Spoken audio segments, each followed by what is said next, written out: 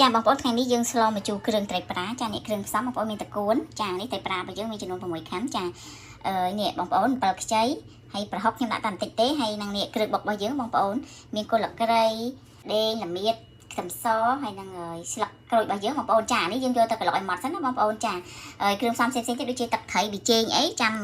យើងដាក់តាមក្រោយខ្ញុំបង្ហាញបងប្អូនណាបងប្អូននេះប្រហុកខ្ញុំដាក់តាមតិចទេបងប្អូនខ្ញុំច្រើនប្រើទឹកត្រីច្រើនជាងអញ្ចឹងណាបងប្អូនចាគ្រឿងផ្សំក៏មានប៉ុណ្ណឹងបងប្អូនតើយើងទៅមើលវិធីស្លទាំងអស់គ្នាចាឥឡូវយើងកិនអានេះឲ្យម៉ត់សិនណាបងប្អូនដាក់បញ្ចូលនេះទៅយើងកិនឲ្យម៉ត់សិនអញ្ចឹងណា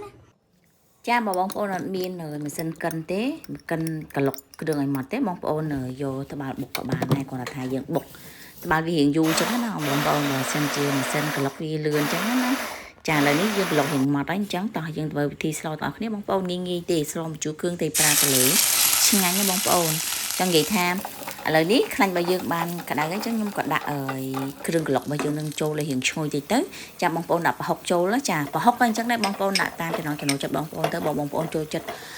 ដិតខ្លាំងបងប្អូនដាក់រៀងច្រើនទៅតែសម្រាប់ខ្ញុំចូលចិត្តដិតខ្លាំងទៅខ្ញុំដាក់តាមតិចទេចាឥឡូវនេះគ្រឿងរបស់យើងបានឈ្ងុយហើយអញ្ចឹងខ្ញុំក៏ដាក់ទេប្រាចូលចាទេប្រាហ្នឹង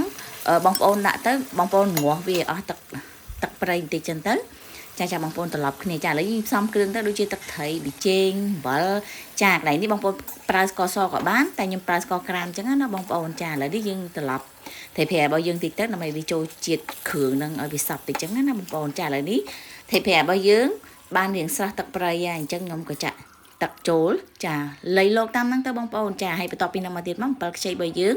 ចាស្លម្ជូរហ្នឹងបងប្អូនដាក់7ខ្ចីក៏បាន7ទុំក៏បានសណ្ដាន់ក៏បានចាំចំណងចំណូលចិត្តបងប្អូនរៀងខ្លួនអញ្ចឹងណាចាឥឡូវនេះ7ខ្ចីរបស់យើងបានឆ្អិនរៀងផុយហើយអញ្ចឹងខ្ញុំក៏ដួសវា